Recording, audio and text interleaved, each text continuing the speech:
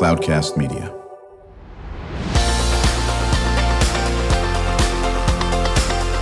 Drew Schlosberg Spotlight on the Community Show, amplifying the voices of social impact organizations, entrepreneurs, local nonprofits, and other community champions who shape the culture, creativity, and connectivity of San Diego. Brought to you by Mission Fed Credit Union, bringing good things to San Diego for over 60 years. Learn more about what is good for you and good for all by visiting www.missionfed.com. I'm Drew Schlosberg of Cloudcast Media, and we are always thrilled to have back in the studio, making another return appearance, our friends from San Diego Blood Bank. Joining us is Dr. Mark Edmunds, Chief Medical Officer, joined by his colleague Nikhil Nayak, Chief Business Officer. How you doing, Mark and Nikhil? Good? Doing very well. Thank you, Drew, for having us. Absolutely. Doing well. Thank you. Beautiful. We'll start with you on this. Mark, how long have you been involved with the blood bank? Since 2019. 2019. Okay, very good. How about you, Nikhil? A little over a year now. Okay, so you're a veteran. Okay, very good. Two veterans on this and so forth. Mark, what's the mission of the blood bank? Well, the main mission of the blood bank is to improve and save lives with blood components and biotherapies. So for a blood bank, we all know blood is very, very critical. And I know we've talked to folks in your position before, Mark and Nikhil, and where are we in terms of blood supply? I mean, are we sometimes teetering on, you can never have too much blood, I guess. And that's one of the takeaways on this. But I know it's always a challenge in the summer months. How are we doing with our supply, Mark? That's a great question. It is always a challenge, particularly as we approach the summer months. It depends on the blood component that you're referring to. It is the blood on the shelves that saves lives. So red blood cell components have a shelf life of 6 weeks. Platelets are 5 to 7 days, and plasma frozen is up to a year. But for blood in particular, we may have on any given day as low as half a day's blood supply. Wow. We're a little more fleshed out currently. We have about 5 to 6 days. But, we prefer to have more days worth of blood on the shelf. Right. And so for, Nikhil, for a city our size or a county our size, again, we always want as much blood as we can get. Are we right about the average of where we have in our blood bank, or we're a little behind, or a little more, or it just really depends? Ideally, you'd want to have about a week's worth on the shelves. Okay. That's what we really shoot for. The pandemic changed everything. When the pandemic happened, we were running as low as a half a day, as Mark said, or even a day. And now we're starting to come out of it. And so it almost became the new normal to have, about 3 days worth. But now we're really trying to get back up and get to that 5, 6, 7 days worth. And how does one do that? I mean, obviously doing some great work like our friends from Skatina Daniels doing, getting the word out on this, but it's just constantly messaging folks, Nikhil, and you can add to this, Mark, on, listen, give blood. We need you to give blood anytime you can give blood, if your health and your safety is good in that aspect of it. But that's the whole key, is it not? Yeah, I mean, we actually always say, donors are actual superheroes, and that's not cliche. Right. Literally, they have to come out to help make the patients and the transfusion services we offer possible. And so it oftentimes is just a plea that goes out when there's a desperate need. But outside of that, just constantly communicating with them, thanking them, letting them know how they make a difference to both save and improve lives. And then they come out in droves, and it truly is an altruistic approach to this. Yeah, right. So, Mark, what is the Precision Blood Initiative? Well, the Precision Blood Initiative, it refers to a laboratory-derived test that we began validating in 2019. It's really a test apparatus or a process by which we genotype, or we sequence the genes that are involved in the expression of red blood cell type.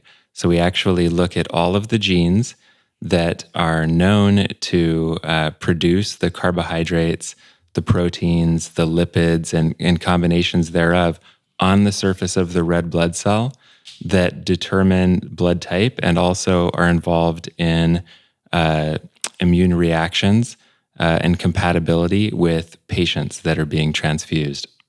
So how does that help us in terms of, does it enable us to make more blood, to maybe use it with more patients? How does that work? How does it benefit us?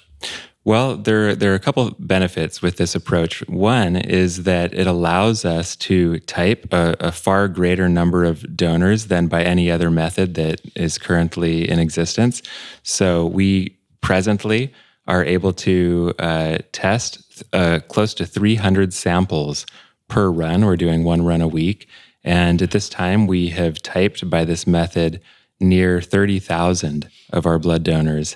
It also allows us to test any patients that request or that need this type of testing. And thereby, by increasing the number of patients that are typed as well as the blood donors that are typed, it allows us to more readily find better or more compatible blood for those patients in need, particularly those that have developed antibodies against red blood cell antigens, those that are chronically transfused. So those, it's 30,000 you've done now, is that the idea? Right. Correct. And I'm assuming they're in some iCloud database, maybe not that far out there, because there is some laws of privacy, I imagine, in that aspect of it. But now that you have access to it, do you work with the hospitals on this to make sure that someone's in an accident or they were trimming their tree in the backyard and lost a hand or something like that, so that we know Joe Blow needs this type of blood? That's exactly right. So in particular, those patients that are chronically transfused, many patients have scheduled or routine transfusions that support their livelihood. And over time, they may have developed transfusion reactions or they may have developed antibodies, and it becomes increasingly difficult to provide them well-matched blood. So for those patients that we have this data on, we are better able to find units for them and provide those units for them for their scheduled transfusions. That makes a lot of sense in the world. We're chatting with Dr. Mark Edmunds. He's the Chief Medical Officer for the San Diego Blood Bank, joined by his colleague Nikhil Nayak, Chief Business Officer. I'm Drew Schlosberg, and you're listening to another edition of Drew Schlosberg's Spotlight on the Community Show, the nation's longest-running community podcast, now in its 17th year, and brought to you by Mission Fed Credit Union on this beautiful studios here in Scripps Ranch. Mission Fed's been doing great things for more than 60 years in our community and that aspect of it. So, we're talking about the Precision Blood Initiative, and you're working, Nikhil, do you work with all the hospitals on this so they know what's going on, and are they part of this process as well? Yeah, I would say that over this last year, thanks to a generous grant from the Conrad Prebys Foundation here in San Diego and the David C. Copley Foundation, we were actually able to get to a proof of concept, as Mark showed, basically showing that we can better match blood from the donor and the recipient. That's the simplest way to look at this. We're able to type the blood beyond just the blood types that we know today, the ABO and then the positive or negative. So now we know we have a technique and a technology that works. We are now partnering. The expansion is all about partnering with the hospitals, potentially biotech and others, to expand this initiative to actually run prospective clinical trials that show that when you use a unit of precision blood where it's best matched to the recipient versus the standard of care, which is still good today, what are the outcomes? Are there less readmissions into the hospital? Are there less transfusion reactions? And so really is partnering with hospitals to let's follow this patient, see how they do, and show the benefits of this technique and technology. Right. So are we the biggest place we became? Now I'm working for your team. I just hired myself. Is that okay, Mark? Absolutely. Right. I'll start tomorrow at 9 in the morning. No, but so as the blood bank, are you folks the largest in organizations in keeping the blood and having it in the bank, and there's been, Red Cross, are they involved in this? I know they sort of went out of the blood bank business, or am I wrong on that? I'll start with you on that. Yeah, so in terms of a local regional blood center, that's what the San Diego Blood Bank is. Right. You mentioned the American Red Cross and others. They're more of a national organization that apply across the entire United States. From a blood banking perspective, we all have the same mission. That is to save and improve lives. One differential between the San Diego Blood Bank and some other blood centers, both national and local, is that we're really focused, especially over the last decade, on innovation, research, things that can kind of help move healthcare along beyond just the transfusions that take place. Right. So that's the main difference. And I would say from a precision blood standpoint, people have historically looked at different ways to try to find what Mark had said earlier about the genotyping and trying to figure out, finding those rare blood units and really helping these patients. But now San Diego Blood Bank has become the pioneer and the center of excellence to really move it on this genetic front with precision blood, because it's a lot more efficient and an easier way for us to be able to do large scale testing so that we can better match the blood. Right. So, Mark, do you work with your own researchers at the blood bank, or San Diego is such a wonderful area for biocom. You got UC San Diego, you've got Scripps, you've got a science haven, so to speak, here with research. Talk about how that works. Well, we have collaborated with a gentleman named Dr. Anders Wren, who is the CEO and founder of Haplogenics. And he created the assay component, key component for this testing apparatus that we developed. So that was really instrumental in our developing this. Otherwise, everything has been done primarily internally. The validations were based on comparing this test and these results to results obtained by conventional serology, as well as other smaller array-based assays that are available on the market today. We have done some validations in collaboration with the New York Blood Center as well, because they have an extensive array of rare sera that are important for validating some of these rare antigens that might be found on certain individuals. Right. So I'm going to ask the question I ask all the time, and then I'll get the eye roll from both of you guys, and it'll be well-deserved, the eye roll, I'm sure, in this aspect of it, but maybe in the spirit of artificial intelligence, where I'm assuming I'm speaking to you two right now in front of me. I guarantee I am. We will be able to manufacture our own blood, make blood based on this, and now we don't have to worry as much about people going to blood banks? Or, Drew, you are once again in fantasy land. We're not there yet. We have a very long way to go in that regard. Because the cellular components in blood are extremely complex. For example, we have learned through this project that there are over 40 blood groups and over 340 blood group antigens, and these have biological functions. So they're a nuisance when it comes to transfusion reactions and compatibility, but they do have important biological functions. So I think that probably the most promising work that's being done is with the hematopoietic stem cell, which is a stem cell that can create all blood cell lineages, including red blood cells. So I do see some potential in that arena, but I would say that we're a long way out, probably at least a decade to where we see anything that is potentially functional in the way that actual live donated blood tissue is. Yeah, but when we get to that, and I'm optimistic with medicine and science and all that business. As I've mentioned to other folks that have been in the blood bank, my father was a medical doctor up in the L.A., so always hopeful. He loved research. He taught at UCLA, so pretty good research institution, to say the least. So I'm always guardedly optimistic, and when we hit that time, then, it'll be a game changer in many ways and a life changer in that aspect. We come back from break. Mark and Nikhil will talk a little bit about some of the challenges you folks are facing, maybe some great success stories and all this. We always save time in the second half of the interview to talk about what our listeners can do to support your efforts. Obviously, donate. Blood is a good one.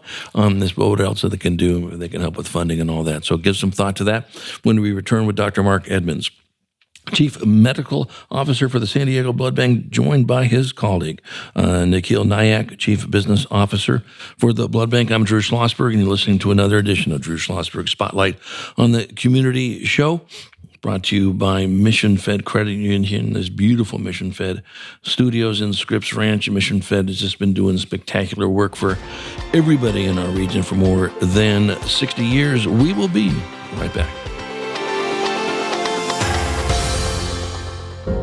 When you do your banking with Mission Fed, you get great rates on auto and home loans. That's good for you, but something good also happens for a lot of other people. We're not for profit, so we put money back into the community to help lots of great nonprofits to keep San Diego strong. So you're not just getting something good, you're doing something good. Come to Mission Fed. It's banking that's good for all. Brand amplification is the DNA of Cloudcast Media, and our code is the powerful blending of sound, voice, and storytelling to lift local brands and their communities. Whether it is our Brandcast, Schoolcast, or Causecast platforms, the unifying ethos is all about this community, the one you call home. If you dare to dream and want to explore the brand amplification of Cloudcast, a national leader in local podcasting and other Winfluence strategies, please visit us at cloudcast.us.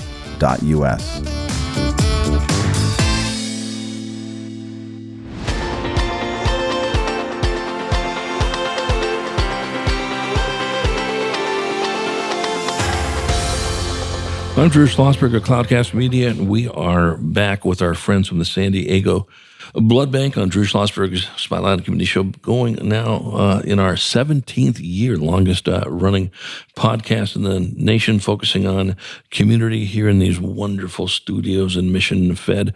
Mission Fed has been doing spectacular work for everybody in this region in so many different fronts. Chatting with Dr. Mark Edmunds, Chief Medical Officer for the San Diego Blood Bank, and joined by his colleague Nikhil Nayak, the Chief Business Officer.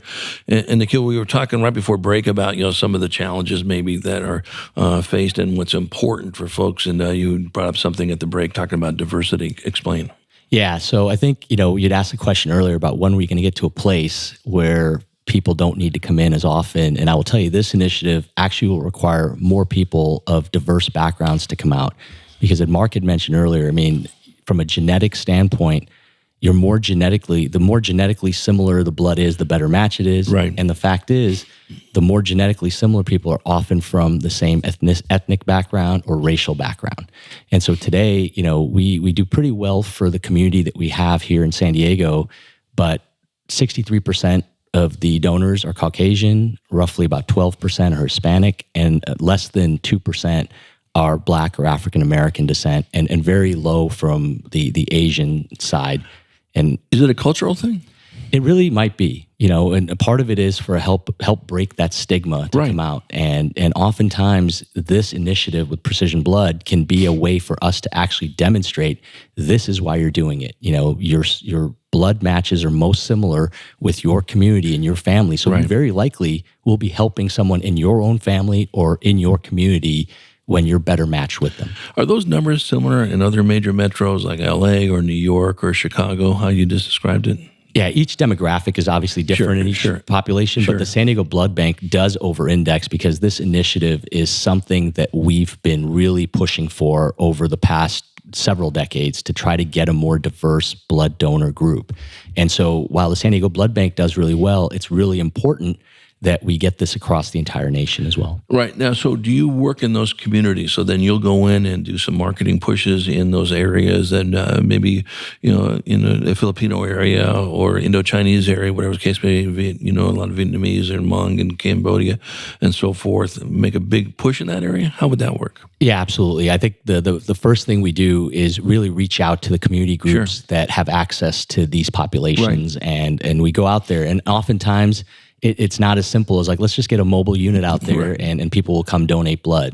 Oftentimes you'll sit there with a mobile drive, and while people want to come help, there's a little bit of hesitation. So it just takes education, and oftentimes it does take several years and touch points to be able to get across to the different groups. Yeah, and as we all know too well in our Spotlight in the Community Show, what it does is take advocates in those populations as well. So if you've got the leading spokesperson that in this population that says, folks, I'm going to bring a whole bunch of you folks, we need to be doing this for these reasons, that helps as well. So that brings up a good point. Talk about funding, Mark. Listen, funding certainly drives research, among other things, but how important it is for people to understand that, contributing to the blood bank is going to be good for everybody. Absolutely. Well, this technology is not cheap. Right. So all of the instrumentation is very sophisticated. It's a fully automated system. Despite that, one run does take over 24 hours, and it does take about 2 hours of hands-on tech time. So in addition to the equipment, of course, you need all of the equipment, and you need redundancy in the equipment. If something fails, you need to have a backup so that it doesn't affect the turnaround time of the test. Staffing is always a challenge, particularly attracting and maintaining clinical laboratory scientists.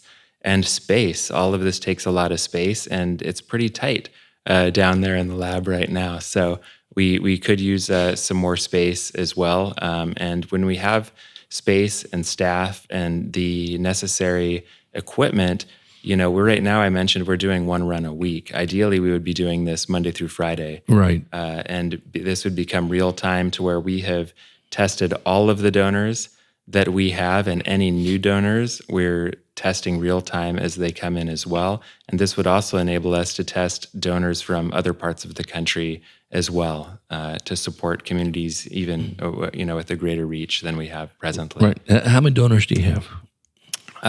That's a great question. We have approximately 90,000 donors in our database. Maintaining donors is another challenge. Right. As well. And of those 90,000, we used to use this term in the newspaper business when I worked for the UT. It was called churn. We had to rewrite 67% of our orders every year. SDG&E doesn't have to rewrite any orders, because if you want electricity, you're going to be getting SDG&E, right? So for your donors, would you say of that base of the 90,000, 45,000 come every year or whatever the number is? Nikhil, talk about that. Exactly right, Drew. It's about 50,000 that would be active donors. And you do see the churn. So we do have them in the database, and it allows us an opportunity to kind of reach back out when there's a need and try to, if there's an initiative like Precision Blood, to say, hey, come out, you really could help your community. But like any business other than SDG&E, as you mentioned, there is churn. Yeah, not trying to pick on SDG&E, but we do need gas and electric in that area. Talk a little bit about, I'll start with you on this, Nikhil, and then you can jump in, Mark. Quite frequently, we know in the summer months that it will be a little challenging, because a lot of times during the school year, a lot of the college students do contribute and do donate, and now in the summer they're off in Timbuktu, as they certainly well deserved on this. Talk about how a little bit of a challenge that is, Nikhil. Yeah, absolutely. I mean, I think from a summer month standpoint, we're talking about trying to reach an audience that still wants to help, but may not be around. It may not be ideal timing for them. So there's always a plan ahead. And as Mark had mentioned earlier, getting a lot of blood on the shelf prior to these months is a reality. There's just so many ways we can reach out, and people will respond to say, I'll come back in, but it may be in the fall. So we definitely have to, work around that challenge. Right. Mark, do you do much education in the schools, whether it's high schools, and just talking about how important this is? And, I'm obviously not going to get a 7-year-old necessarily to donate blood, but just make them aware of how important the blood bank is. Absolutely, we do. And I'm glad you asked that question. Just yesterday, we had El Cajon Valley High School visiting, and I gave them an educational presentation about the nature of blood and blood banking and transfusion medicine, and touched on some of these important elements and the need for blood donation and why we do what we do. So that is something we periodically do have high school tours to increase awareness amongst the younger population. We're talking about the types of typical donors that we have. Well, we usually refer to them as being pale and stale, right? So they tend to be older Caucasian, and we're very grateful for them. But these are donors that will soon be patients themselves. So it's really a challenge, attracting and maintaining the younger generations and involving them in this important process. Right, and just to let you know, Mark was not looking at me when he said pale and stale. At least I don't think he was looking at me. I'm in that category too. So. Hey, listen, it's just a number, right? As long as we can help this. We're chatting with Mark, Dr. Mark Edmunds. He's the Chief Medical Officer for the San Diego Blood Bank, joined by his colleague Nikhil Nayak, Chief Business Officer for the Blood Bank. I'm Drew Schlosberg, and you're listening to another edition of Drew Schlosberg's Spotlight on the Community Show, the nation's longest-running community podcast, now in its 17th year in these beautiful mission-fed studio. And mission-fed has just been a great community leader for so many years, more than 60 years in that aspect of it. I'll start with you on this one, Mark. Are there any you probably have 4 billion success stories, but is there any one that just jumps out at you that, boy, this really warms your heart? What's going on with maybe somebody who was donated or was the beneficiary of a blood transfusion? Absolutely. When an important population that we serve is Rady Children's Hospital, and they have approximately 60 chronically transfused children for a variety of reasons. Usually it's because either they have a condition that affects their ability to produce enough blood. In other cases, they have a condition where the red blood cells are more fragile, so they have greater turnover. And so these are patients that need to be supported, again, with chronic transfusions. And some of them may have transfusions on a weekly or even a monthly basis. And there are a couple children there that we have begun to support with blood tested by Precision Blood. One of them has received over 150 blood transfusions at this time. And, it's our hope for as long as they are dependent on blood, that by giving them better matched units of blood, they won't develop antibodies. It'll be easier to support them, and they'll have a better, longer-term clinical outcome until another therapy becomes available that, hopefully won't require these frequent transfusions. And that example is something that we've been fortunate enough to talk about on the show for 17 years. And certainly, obviously, that individual child is the beneficiary of it. But so is his or her siblings and the parents and the grandparents and the aunts and uncles. And you just can't sit there and talk enough about, yes, you've treated this one person, but the tentacles that go out, from this. And now the person's well on the way to, getting better, whatever the case may be, is just huge. And I know you folks have a million stories, in that area. Nikhil, how can our listeners support your efforts? What can they do besides donate blood? What else can they do? It's more about awareness and passing around the information to their families, their friends, their communities. I think, as Mark mentioned, this little girl that we help with Precision Blood, she is of Filipino and Asian descent. And her family are such big proponents that it can only help. And what we didn't get across was this little girl that had over 155 transfusions now is 9 years old. So, right. She's had this since she was 2 months old. And that really tells us this is why we do what we do. And for the donors out there, the listeners out there today, understand that is who you're helping, along with, people always think it's like, oh, somebody got in an accident, needs some blood. But there are people out there that really just need to have blood on a constant basis. And that's who a lot of the hospitals serve as well. Yeah, I think that's a very good point to make. So Mark, how do they get a hold of you? Do they go to sandiegobloodbank.com.org, or what's the best way? Well, that is one method. Okay. That is a method. .org. .org, okay. Yes. That's right. And are you referring to the patient population or the? Just anyone wants to get I heard the interview. I want to get involved. I want to volunteer. I want to donate blood. I want to donate money. I want to. How can I get the word out? I happen to be a Filipino descent. I want to get it out to my community. Any which way they can help you. Absolutely. So the website is excellent for that. It can begin the intake process. If it's a person that wants to donate blood, there's information there about volunteering. We have a very important volunteer team there as well. And there is contact information available for potential founders or those that want to make a financial contribution to the organization. No, that's great. Nikhil, any final comments? Yeah, and I just want to thank our listeners, and because many of them are donors, and it goes without saying that they do this for all the right reasons, but understand that this initiative with Precision Blood is just another way that they really can help specifically their communities. That's great. Mark, any final comments? I would just like to thank you and the team for making this possible. For bringing us on the longest running podcast is a special honor, and thank you. We are the longest running high throughput, targeted next generation sequencing organization using this technology. So we're proud of that, and we're proud to make that known to the community and do what we can to better serve them. At the end of the day, our conscience is with the patients, and that's what we're here for. So. Yeah, as our good friends at Katina Daniels know, we love having you folks on. Look at this as a periodic, come by every a month or two and talk about what's new going on, some new initiatives, if there are things that we can do.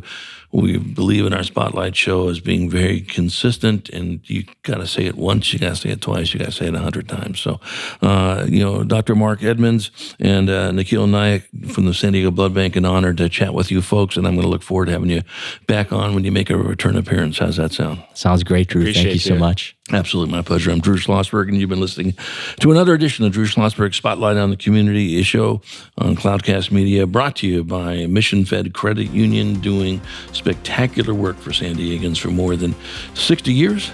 we hope you enjoyed the show. You've been listening to an episode of Drew Schlosberg's Spotlight on the Community Show, amplifying the voices of social impact organizations, entrepreneurs, local nonprofits, and other community champions who shape the culture, creativity, and connectivity of San Diego community. Brought to you by Mission Fed Credit Union, bringing good things to San Diego for over 60 years. Learn more about what is good for you and good for all by visiting www.missionfed.com.